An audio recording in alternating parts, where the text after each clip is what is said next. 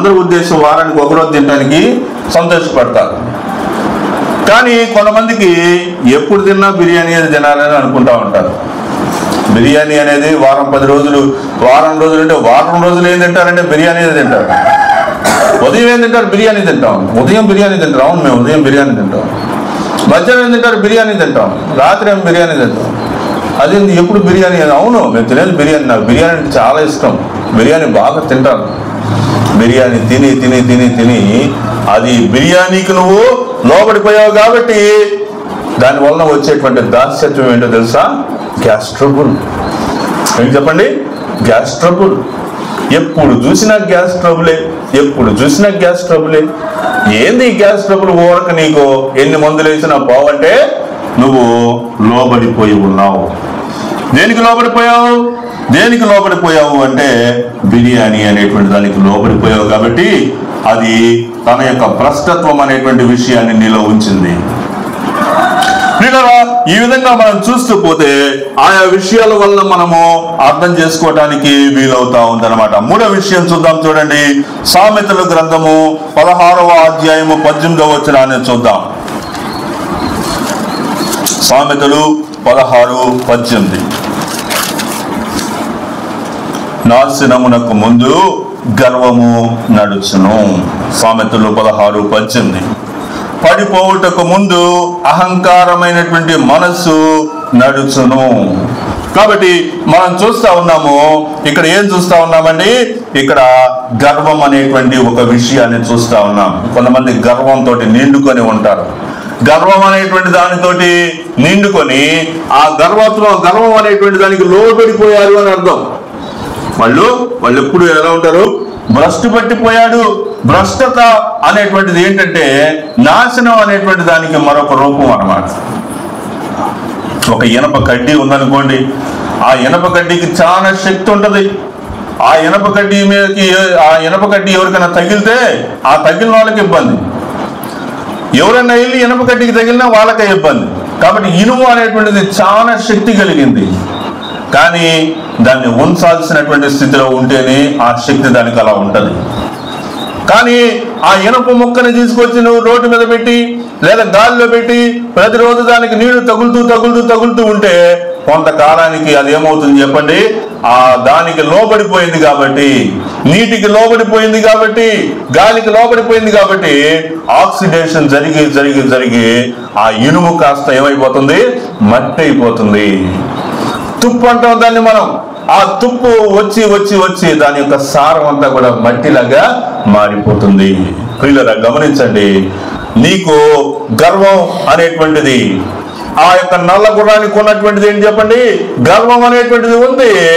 ఆ గర్వం అనేటువంటిది ఏం చేసిందంటే భ్రష్టత్వం అనేటువంటి దానికి దాసులుగా చేసిందనమాట. ప్రియులారా మరొక విషయం చూద్దాం. 14:29 సామెతలు 14:29 వచనం మనం చూద్దాం. దీర్ఘశాంతము గలవాడు మహావివేకి, ముంగోపి మూఢత్వమును బహుమానముగా పొందును. కాబట్టి ముంగోపి లేదా కోపిష్టి, ఎప్పుడు కోపంతో నిండిపోయినటువంటి వాడు, ఎప్పుడు చూసినా కానీ కోపాన్ని మనసులో పెట్టుకొని పైకి మృదువైనటువంటి మాటలు పలికేటువంటి వాడు. పైకి ఎలా ఉంటాడు చెప్పండి? మృదువైనటువంటి మాటలు అన్ని దేవుడే చూసుకుంటాడని అంటాడు. కానీ చేసేటువంటి పనులన్నీ కూడా కోపంతో నిండినటువంటి పనులు. కాబట్టి నువ్వు ఎప్పుడైతే కోపం అనేటువంటి దానికి లోబడిపోతావో నువ్వు ఏమవుతావు చెప్పండి? మూఢత్వం అనేటువంటి దానికి దాసుడు అవుతావు. మూఢత్వం, మూఢుడు అంటే అర్థం ఏంటి చెప్పండి? వాడు ఏదో పని అనుకుంటాడు, ఇంక అదే చేసుకుంటా పోతాడు. ఇంక వాడు ఏ మాత్రం కూడా దాని నుంచి కుడికి ఎడకి తిరగనే అనమాట. అటు పోతూనే ఉంటాడు. అరే అటు పోతే నాశనం అవుతావు అంటే నాశనం అయినా పర్లేదు, నేను అట్నే పోతా ఉంటాను అంటాడు. ఎందుకని? వాడు దానికి దాసుడైపోయాడు. ఎందుకని దానికి దాసుడయ్యాడు? ఎందుకని అంటే కోపానికి లోబడిపోయాడు. తనకు నచ్చినటువంటి పనులు చేస్తే విపరీతమైన కోపం వస్తుంది. కానీ ఆలోచించవచ్చు, అరే నేను ఎందుకు కోపపడాలి, ఈ విషయం నేను ఆలోచించాలేమో కదా అని ఆలోచించకుండా ఊరి కోరికన ఏమైపోతుంటాడు చెప్పండి? కోపపడిపోతూ ఉంటాడు.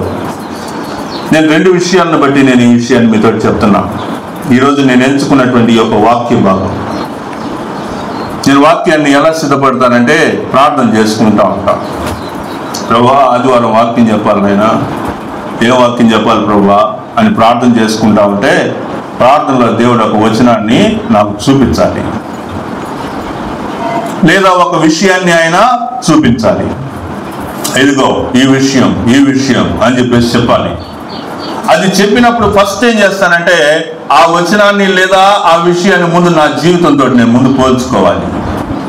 సంఘానికి చెప్పే ముందు ఏం చేయాలి? ఫస్ట్ దాన్ని అప్లై చేసుకోవాలి. ముందు అప్లై చేసుకున్నప్పుడు అవును ప్రభువా ఈ విషయంలో నేను కోపిష్టిగా ప్రవర్తించానయ్యా, ఈ విషయంలో నేను ఇలా ప్రవర్తించాను అలా ప్రవర్తించాను ప్రభువా నన్ను క్షమించు అని చెప్పేసి నేను ముందు దేవుని ఎదుట ఒప్పుకోవాలి. ఒప్పుకున్నప్పుడు ఆయన మనసులో శాంతిని కలిగించి ఇంకొన్ని విషయాలు మనకు రివీల్ చేస్తాడు. ఇంకొంత వాక్య భాగాన్ని, ఇంకొక ఆత్మ ప్రేరణ ఆయన మనకి అందిస్తాడు. ఆ విషయాలన్నిటినీ మనం గ్యాదర్ చేసుకుంటే దేవుడు ఇచ్చినటువంటి సందేశం మనకు సిద్ధపడుతుంది. దేవుడిచ్చినటువంటి సందేశానికి కావలసినటువంటి ఉదాహరణల కోసం మాత్రమే మనం ఆయా పుస్తకాలు ఆయా అంశాల కొరకు మనం చూడాలి. కానీ అసలు కంప్లీట్ గా దేవుని యొక్క వాక్యాన్ని మార్చేయకూడదు. మనం దేవుని యొక్క వాక్యమే, ఆ వాక్యాన్ని అసలు ఎప్పుడు మనం తీయడానికి లేదు. ఎప్పుడు కూడా ఏం చేయాలా? ప్రభువా నేను వాక్యం బోధించాలా, నేను వాక్యం బోధించాలంటే ఏం బోధించాలి? ఈ మధ్య చాలా మంది బోధకులు ఏం చేస్తున్నారంటే ట్రెండింగ్ పాయింట్స్ పట్టుకుంటున్నారు. ఏం చెప్పండి? Trending points. మొన్న కర్నూలులో బస్సు దగ్ధం అయింది, దాన్ని పట్టుకొని ఇప్పుడు వాక్యం ఏమి సిద్ధపడాలి నేను? ఏమండి? మొన్న వారం 10 రోజులు వర్షాలు పడి, దాన్ని బట్టి వాక్యం ఏమి సిద్ధపడాలి నేను? సమాజంలో పలానా పరిస్థితి ఉంది, దాన్ని బట్టి నేనేం వాక్యం ప్రిపేర్ అవ్వాలి? వద్దు, వాటిని బట్టి ప్రిపేర్ అవ్వకూడదు. వాటన్నిటిని బట్టి మనం ఏం ఆలోచించకూడదు. ఆలోచించాల్సింది ఎవరు చెప్పండి? దేవుడు. ప్రభువా నేనేం బోధించాలని ప్రార్థన చేయటమే. ప్రార్థన చేస్తూ ఉంటే దేవుడు ఏం ఆలోచన ఇవ్వలేదనుకో, ఇచ్చే వరకు మనం వెయిట్ చేయాలంతే. ఇచ్చే వరకు మనం ఏం చేయాలా? వెయిట్ చేయాలా. ప్రభువా నన్ను నీ ఆత్మ చేత నడిపించు, ప్రభువా నీ ఆత్మ చేత నడిపించు. ఏం చెప్పాలి ప్రభువా, నేనేం మాట్లాడాలి ప్రభువా, ఏం బోధించాలి ప్రభువా నేను అని నేనేం చేయాలంటే ప్రార్థన చేసుకుంటూ ఉండాలి. నా పని నేను చేసుకుంటా, మనసులో నేను ప్రార్థన చేసుకుంటూ ఉండాలి. ప్రభువా వాక్యం మనం వినాలి అనేటువంటి విషయం అర్థమవుతుంది.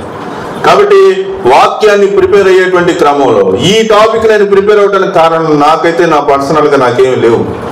ఒకటే, ప్రభువా ఏం చెప్పాలి ప్రభువా ఏం చెప్పాలి అన్నప్పుడు నువ్వు దేనికి దాసుడు అవుతావో అది నిన్ను ఏలుబడి చేస్తుంది. నువ్వు దేనికి దాసుడు అయ్యావో పరిశీలించుకో. నువ్వు దేనికి దాసుడు అయ్యావో అది నిన్ను ఏలుబడి చేస్తుంది అంటున్నప్పుడు ఆ వాక్యం ఎక్కడుందా అని ఎతికితే రోమిలకు రాసిన పత్రిక ఈ యొక్క 16వ అధ్యాయము 16 రోమిలకు రాసిన పత్రిక 6:16 ప్రకారంగా ఆ వచనము తెలియపరచబడతా వచ్చింది. కాబట్టి చెప్తున్నటువంటి విషయాలన్నీ కూడా నేను ఒప్పుకొని దేవుని ఎదుట ఒప్పుకున్నటువంటి విషయాలుగాను మీకు బోధిస్తున్నటువంటి వాక్యాలుగాను మీరు ఆలోచించాలి. ఎప్పుడైనా మనం వాక్యాన్ని బోధించేటప్పుడు ఏం చేయాలి? ముందు ఆ వాక్యాన్ని నాకు నేను అప్లై చేసుకోవాలి.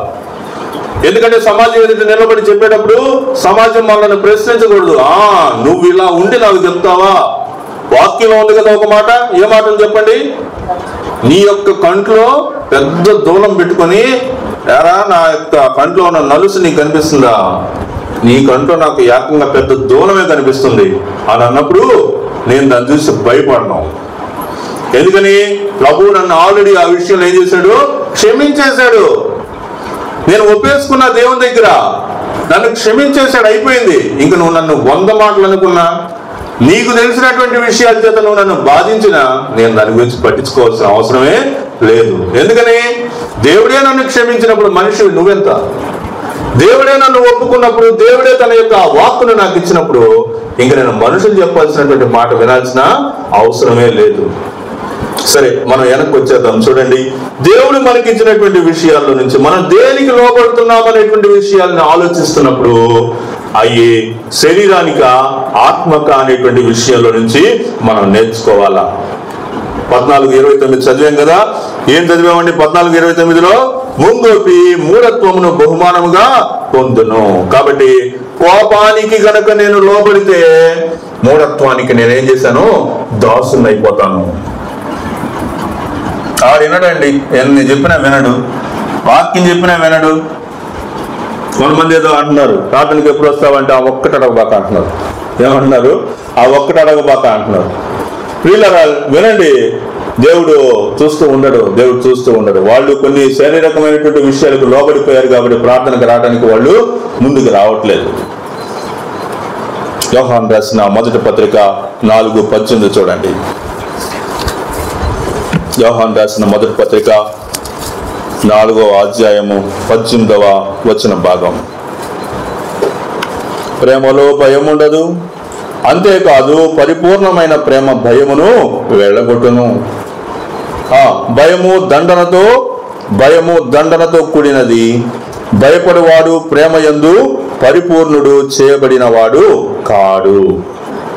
భయం అనేటువంటిది ఉంటే ప్రేమలో నువ్వు స్థిరంగా ఉండలేవు. భయం అనేటువంటి వాటికి నువ్వు లోబడిపోతే మంచి ప్రేమ, అది దైవికమైనటువంటి ప్రేమను మనము చూపలేము. భయాలకు లోబడిపోతూ ఉన్నామా? భయం అంటే దేవుని అందైనటువంటి భయం కాదు, ఇది శారీరకమైనటువంటి ఆయా విషయాలను బట్టి భయం. కొంతమందికి చీకటి గది అంటే భలే భయం. పైన మిద్ది మీద ఒక రూమ్ ఉంది, ఆ రూమ్లో లైట్ ఆపేసిరా అంటే చాలు నేను బాగుంటారు. ఫస్ట్ సరే ఎట్టకొట్ట పోవాలంటే ఏం చేస్తారు? ముందు తలుపు తెలుసుకొని లోపలికి వెళ్ళి స్విచ్ ఆఫ్ గబక్కలు పరిగెత్తుకుంటూ వస్తారు బయటకు. ఎందుకని? వాళ్ళకి ఏం భయం చెప్పండి? వాళ్ళకి చీకటి అంటే భయం. కొంతమందికి ఒంటరిగా ఒక్కళ్ళే ఉండాలంటే భలే భయపడిపోతూ ఉంటారు. ఈ విధమైనటువంటి కొన్ని భయాలు ఏం చేస్తాయి అంటే దేవుణ్ణి సంపూర్ణంగా ప్రేమించేటువంటి స్థితికి తీసుకుని రాలేవన్నమాట. తర్వాత ఇంకొక ముఖ్యమైనటువంటి విషయాన్ని మనం చూద్దాం. చూడండి, తిమోతికి రాసిన మొదటి పత్రిక 6వ అధ్యాయము 9వ వచనం చూడండి. తిమోతికి రాసిన మొదటి పత్రిక 6వ అధ్యాయము 9వ వచన భాగం. ధనవంతులగుటకు ఆపేక్షించువారు శోధనలోను ఉరిలోను అవివేకయుక్తములకు హానికరములైన అనేక దురాశలలోను పడుదురు. అట్టివి మనుషులను నష్టములను నాశనములను ముంచివేయును. కాబట్టి ధనం కోసం ఆశపడేటువంటి వారు, ధనవంతులగుటకు ఆశపడేటువంటి వారు, కొంతమంది యొక్క గురి ఒకటే ఉంటుంది, ధనం సంపాదించటం. ఆ ధనం సంపాదించడం కోసం వాళ్ళు ఎట్టంటి నీచమైనటువంటి పనికైనా కానీ ఒడికాడుతారు. అయితే నేను అంత దూరం వెళ్ళట్లేదు, కానీ నా ఉద్దేశం నేను ఎంతవరకు వెళ్తున్నానంటే, ఒక విశ్వాసిగా ఉన్నటువంటి వ్యక్తి ధన సంపాదన కోసం ఎక్కడి దాకా వెళ్తాడు? ఒక విశ్వాసి అయినటువంటి వ్యక్తి ధనమే ప్రాపకం అనుకొని చేసేటువంటి వాడు ఏ విషయాలకు లోపడతాడో, ధనం అనేటువంటి విషయాల్లో ఏ విషయాలకు లోపడతాడో వాటికి ఏమవుతాడండి? దాసుడు అవుతాడు. ఇక్కడ ధనం అనేటువంటి వాటి కోసం లోబడినటువంటి వాడు దేనికి దాసుడు అవుతున్నాడంటే శోధనకు, ఉరికి దాసుడు అవుతూ ఉన్నాడు. వాళ్ళు అప్పులు చేసి, తీరనైనటువంటి అప్పులు చేసి వాటిని తీర్చలేక ఉరేసుకొని చనిపోయేటువంటి వాళ్ళు చాలా మంది ఉన్నారు. ప్రియులారా, డబ్బు సంపాదన అనేటువంటిది ఏం చేస్తుందంటే శోధనలోనికి మనలను తీసుకుని వెళ్తుంది. శోధన లేకపోతే మనం ఇంకో వాక్యంలో మనం చూసినటువంటి విధంగా మరి రకరకాలైనటువంటి శోధనలోకి, ఊరిలోకి మనలను, వాటి యొక్క విషయాల్లోకి దాసులనుగా మనలను తీసుకుని వెళ్తుంది. దేవుడికి మన గురించి తెలియదా? ఏమన్నాడండి ప్రభువు? ఆకాశ పక్షులను చూడుడి, అవి విత్తవు, కోయవు, కూర్చుకొనవు, కొట్టలో కూర్చుకొనవు, అయినా కానీ పరలోకపు తండ్రి వాటిని పోషించట్లేదా? మీరు వాటికంటే శ్రేష్ఠులు కదా. వేటికంటే? సమయానుకూలంగా ఆహారాన్ని అందించేటువంటి ఒక పక్షుల కంటే కూడా మనం ఇంకా శ్రేష్ఠులం. కాబట్టి ఎవరిని దేవుడు ఆకలితోటి మార్చడు, ఎవరిని కూడా ఆయన సహాయం చెయ్యకుండా అలా నిలబెట్టి చూడడు. నువ్వు విశ్వాసివైతే, ఆయన మీద ఆధారపడేటువంటి దానివి, ఆయన మీద ఆధారపడేటువంటి వాడివి అయితే నువ్వు ఆయన వైపు చూస్తే ఆయన నీ కొరకు ఎన్నో ద్వారాలను తెలియచేటువంటి వానిగా ఉన్నాడు. కొంతమంది అనుకుంటారు వీళ్ళకి ఈ ద్వారాన్ని మూసేస్తే ఇంకా వీళ్ళు తట్టుకోలేక, ఇంకా వీళ్ళకి బతకడానికి అవకాశం లేక వీళ్ళు ఇంకేటో పోతారు అని అనుకుంటారు. మనుషులు చెయ్యి అడ్డం పెట్టగలరు కానీ దేవుడు పెట్టడు కదండి.